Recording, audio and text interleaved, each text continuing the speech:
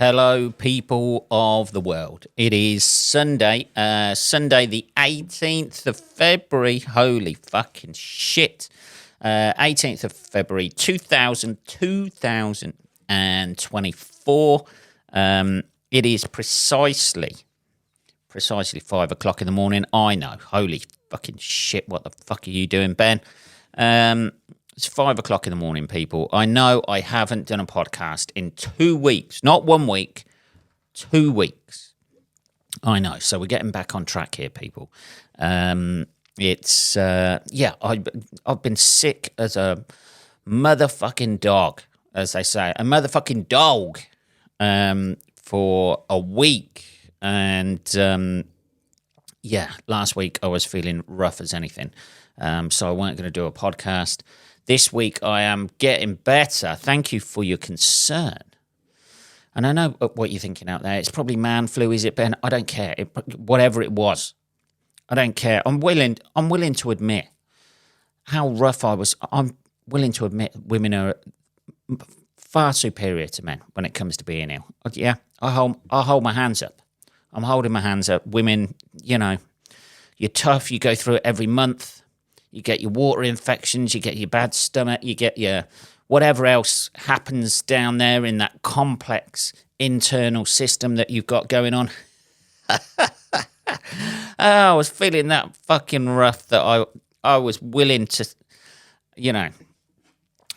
just concede that women are the stronger sex when it comes to being ill. There's other attributes men have got. Off the top of my head, I can't think of any without coming across as misogynistic. However, when it comes to sickness, women can tough on through. But they're conditioned into that, aren't they? Every month you feel like shit for a week. You got your stomach cramps, you got your stuff coming out of you, whatever it is. Who knows what those terrible things that happen to women on a monthly basis. However, men will get a cold every 6 months or something. It's a shock to the system. That's why it hits us so hard, isn't it? We're not ground down every month with fucking stomach cramps and shit like that. So when it comes like the thunder, doesn't it? It's a shock to the system. But I was feeling fucking rough, whatever it was that's going round. I know everybody's got this 100-day cough that seems to, they just develop a cough and it just seems to never go. But I don't know, whatever it was, I was feeling rough. I'm still not 100% at the minute. There's still, fucking hell. Like when you're sitting around and you're, pissing razor blades and shit like that, it feels like you got some sort of STI, but the sexually transmitted bit is not an issue anymore. Obviously, it's just an infection. Dear. It's painful. That horrible fucking feeling of going to the toilet and then you go for a piss, you finish pissing and it feels like you still need to piss. Women, I take my hat off to you every month. As I've just said, I bow down in front of you. Yes, you are the stronger sex when it comes to being ill. Definitely. Anyway, events that have been happening in my life, holy shit. We've had a birthday, haven't we? I won't give you the specific date because I don't trust people out there on the internet. I don't trust people not to, work out from my age what my date of birth was and then start guessing at my mother's maiden name, and the next minute my pension fund is gone. Isn't it? So I was 47 years old, people, the other week. 47. I'm knocking on the door of 50, aren't I? I think I'm here sitting, if you're listening to this, I'm sitting here in a Kappa fucking tracky top. I should not be wearing stuff like this at the age of 50. I should be, at least in some sort of, herringbone tweed or something like that. I don't know. But, if you've played sports for the majority of your life, this is my thing that I've got with people calling chavs, who wear sportswear and that. I played sports from a young age, right? like every, 3 or 4 times a week I was playing football. I was playing Saturdays, I was playing Sundays, I was training in the week, training Saturday mornings. I'm used to wearing sportswear. But now that has been branded as a, scallywag uniform. Whereas I am still wearing this because I find it comfortable, yeah? And not just to sit around the house all day in, yeah? It's not comfortable to go down to the post office to get my benefits. It's just comfy to wear. And I refuse to be branded. There ought to be some sort of sticker we can wear where we're like, actually, I used to play sports when I was younger.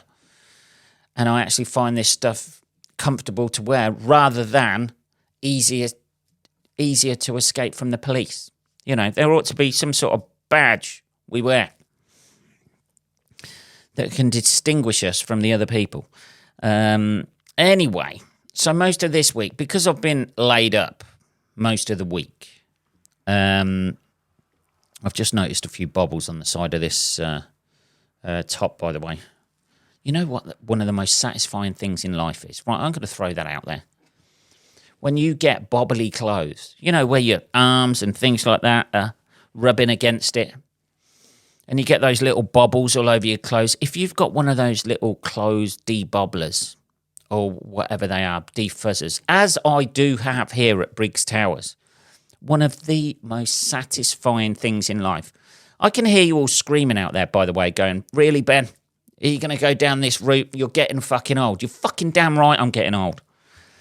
One of the most satisfying things in life, other than a heated blanket on a cold night when you get into bed. That's at the top.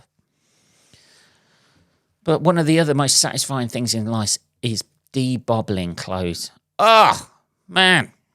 You're bringing a whole lease of life back to clothes. They look horrible, old, scruffy, bobbled. You get a debobbler on it, people. I'm just telling you. The satisfaction of doing that. It must be up there with, setting up a multinational company. I don't know. Let's have a little bit of tea. There we go. So what I've been doing this week, I have rewatched every Star Wars film. I'd had enough of Disney Plus. I was all Disney Plussed out at one point and cancelled it all because there wasn't enough new stuff coming on. And then I left it about 6 months and I joined again. And I had a Star Wars binge for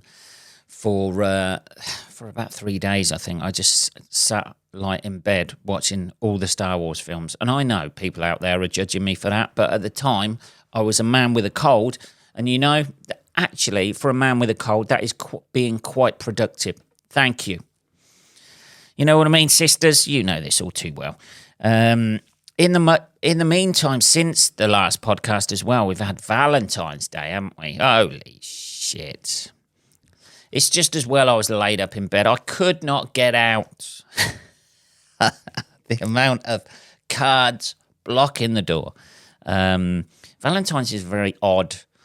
It's a very odd thing now because it's almost turned into how Christmas is now, like people being on their own at Christmas.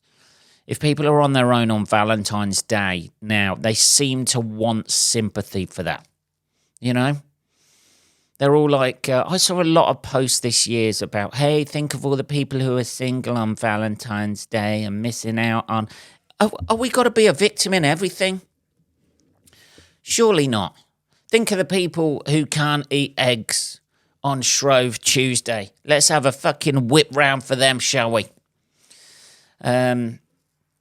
I don't know, people. It just seems like everybody is like seems to be a victim of something these days. There must be every single day. Think of the people who can't eat chocolate at Easter. Let's have a candlelight vigil for them, shall we? I don't know. Easter's a very odd thing, isn't it? I don't, It's, if Jesus knew do you think he actually knows how we actually celebrate Easter? How are they celebrating Easter? Are they sort of chanting my name or stuff like that? No. Apparently there's a giant Easter bunny that goes around leaving eggs everywhere. How did that get in there? I have no idea, Jesus. But that's how they're celebrating it down there. I think they may have missed the point of the sins that I died for. A giant Easter bunny going around leaving eggs. It doesn't make sense. I don't know. I just like the idea of him freaking out over there. They've totally got it wrong. They've totally got it wrong. Anyway, I have managed to do a few gigs. Not while I was ill, obviously, but I did some this weekend. Last night I was at a gliding club. I know. Surely, Ben, that must have been a diverse, multicultural experience for you. No, not at all. A gliding club. You couldn't have had a whiter, more middle-class audience than that glider club last night. Oh, my God. I don't even think anybody had brown eyes there. Jesus. It looked like, like Hitler's fucking dream fucking audience for one of his speeches. It was a gliding. To be honest, I was a little bit worried about the gig because I walked in. There was an awful lot of gilets on display. There was an awful lot of sort of like, that sort of like middle class where they don't really feel the need to get dressed up, but they've got fucking money. There's a lot of check shirts, a lot of jeans, but a lot of expensive watches. You know what I mean? That's the difference, isn't it? Where you go to somewhere like last week, where I did a gig in Wellingborough last week, and for Hats Funny Comedy, and it was a nice gig, but you could tell some people are dressed up. Like there was one woman in like apparently animal print is back. I didn't realise this until some woman said about it. Who looked like, but it's still got connotations. And if you're wearing leopard print out and about, it's still got like that sort of like trashy Bet Lynch thing about it, hasn't it? Even you can bring it back as many times as you want, but a certain generation are always going to think in the back of your head that that's Bet Lynch from Coronation Street, or Cat Slater from EastEnders. It's got that trashy sort of like working class people trying to be sort of like doll themselves up. Even though the woman looked a little bit posh who had it on, and she was a bit shirty when I said about that. But, Wednesday night in Wellingborough, people were dolled up. Whereas this was like a Saturday night, people weren't necessarily dolled up at the gliding club. It was mainly gliding club members. So they've got to have a bit of money behind them to be able to, A, afford to glide, which I imagine is not a cheap hobby to do. It's not, it's not going bowling, is it? Flying, you've got to put in your pilot's license. You've got to, do all your training. You've got to get one of those cord things that pulls you along, gets you in the air. I don't know how it works. I think that's it, isn't it? They don't get towed up by other planes, do they? I have no idea. Anyway, it was a place called Husbands Bosworth. And it was like a gliding centre. I'd never done it. It was the first night. I walked in, you could clearly tell that the people there were middle class. They weren't dressed up, but they were, they had nice stuff on, but they were looking casual, as if they'd just come from, Epstein's Island or something for the weekend. Just glided back from there. I have no idea. There's a bit more tea. Anyway, the gig itself, there was a few good acts on. There was the boys from the All Night Chemist. I love seeing them. They're sort of like a comedy musical duo. I enjoy seeing them. The headliner there was Mad Ron. I was doing just like a middle spot. So the guy who booked me for it, Doug Carter, he was emceeing it as well and kept it kind of like tame at first. And I was like, oh, fuck. Because, to dark comedy sometimes, a white middle class audience can be fucking kryptonite. They're just, they're just, because they're so worried about, they're hyper aware that they're white middle class people, but they want to be kind of woke and that, and then any sort of subject that strays from the norm or makes them laugh at something they wouldn't necessarily normally laugh at, a normal middle class white audience kind of freak out because they're like, oh shit, do I look in any way bad laughing at this? I don't want to do this, because they're all got like management jobs and they're all in like the corporate industry, and that's what regulates what you can say or what you can laugh at or anything like that. So they're all hyper aware, like 9 till 5, they're in that mindset of shit, I can't laugh at that, I have to, and they kind of sometimes forget that they're at the comedy show and then bring that mindset into the comedy show. And also because it's the first night in a gliding center, a lot of the people there are from the gliding center and go gliding and that sort of thing. So it's got a different sort of like dynamic to a normal comedy club because everybody knows each other and you're going into their space. They're not coming into your space. They all know each other. So they've got their own dynamics within the audience as well. You've got the people, the leaders and all that sort of thing. So you've got all that going on. So it can be a bit of a sticky wicket at times. I'd never done a gliding centre before. The place looked lovely. There was all like gliders out and things like that. I mean, I pulled up when it was dark, and it's just a massive fucking field with a clubhouse, basically. That's it. That's what a gliding centre is. It looks exactly like one of those shitty little airport things. Somewhere like local for me would be like Sywell Airport. It looked like that. You've got a grass runway.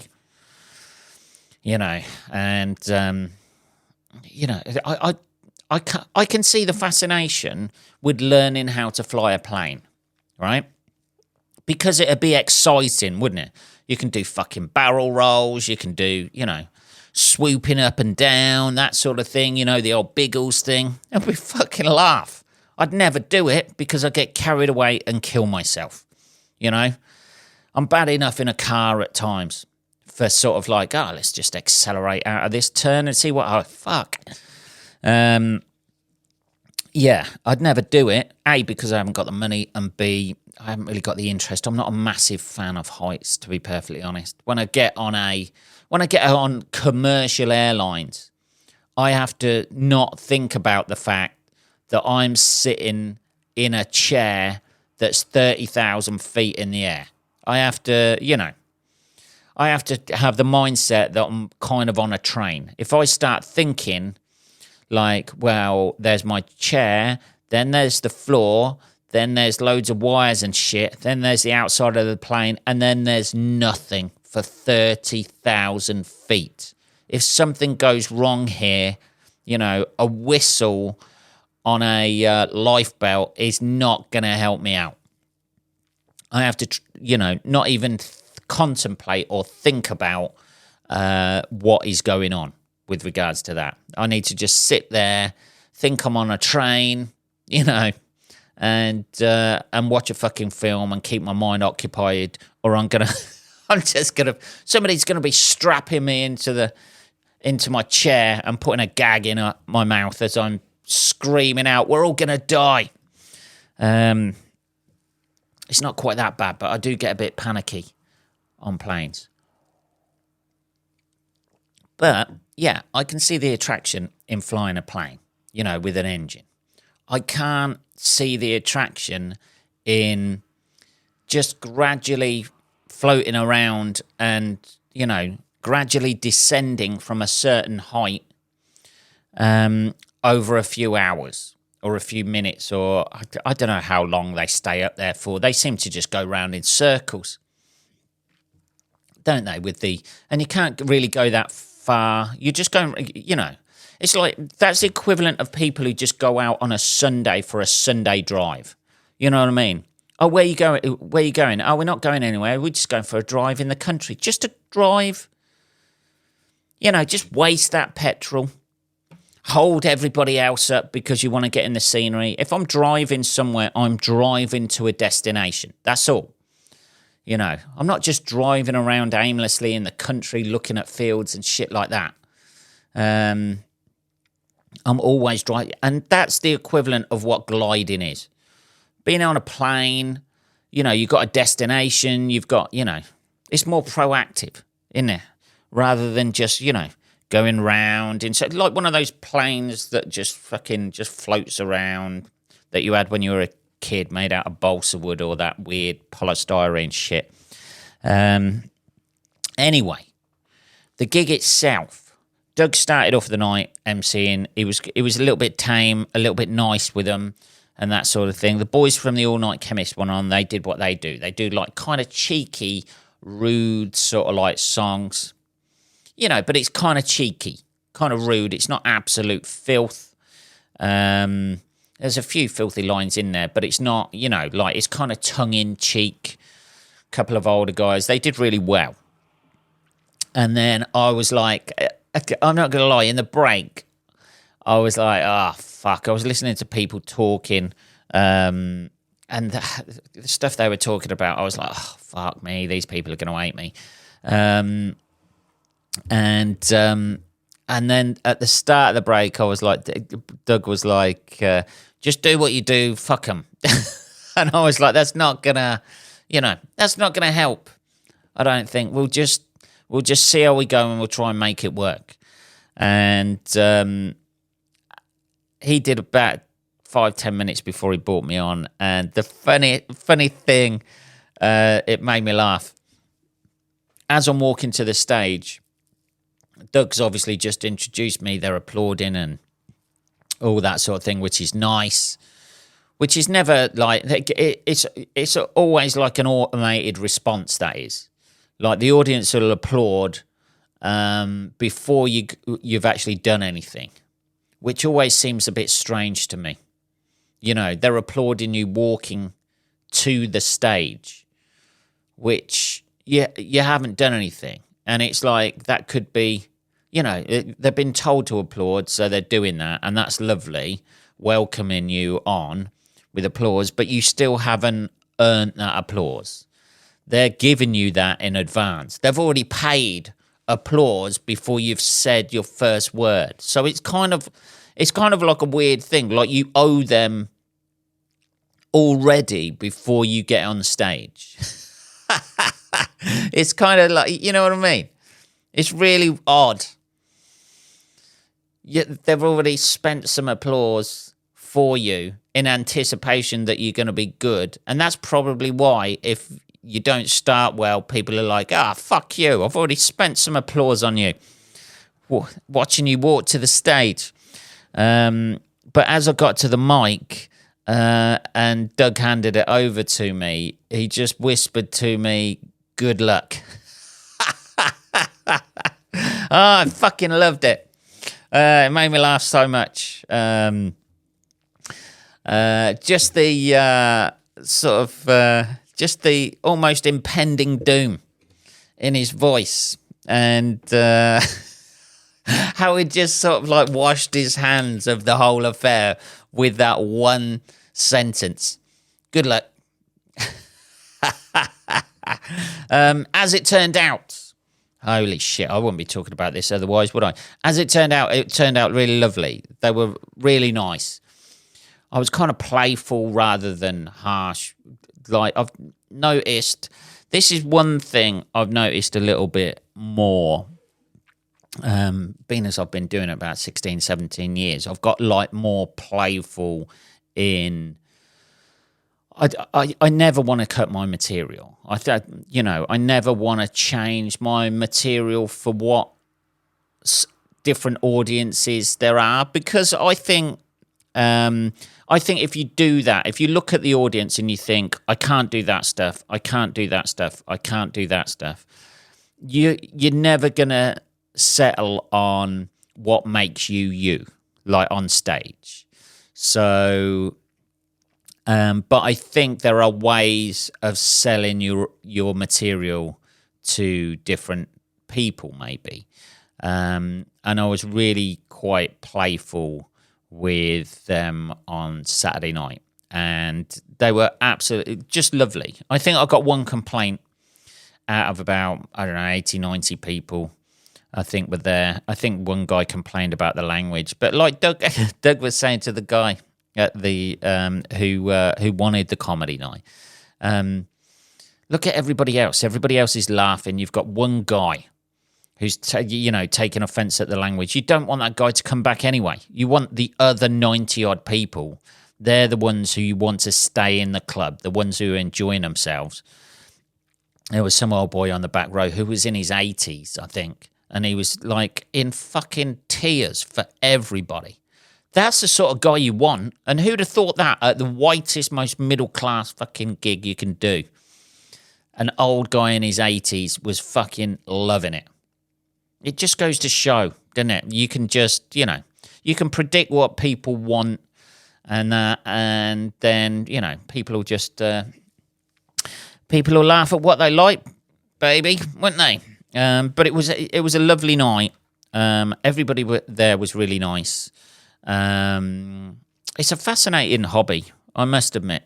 I mean, like I've done hobbies. I'm always flirting with doing some sort of hobby, like playing golf again. I sold my golf clubs the other year, but playing golf again or doing something like that, something less strenuous.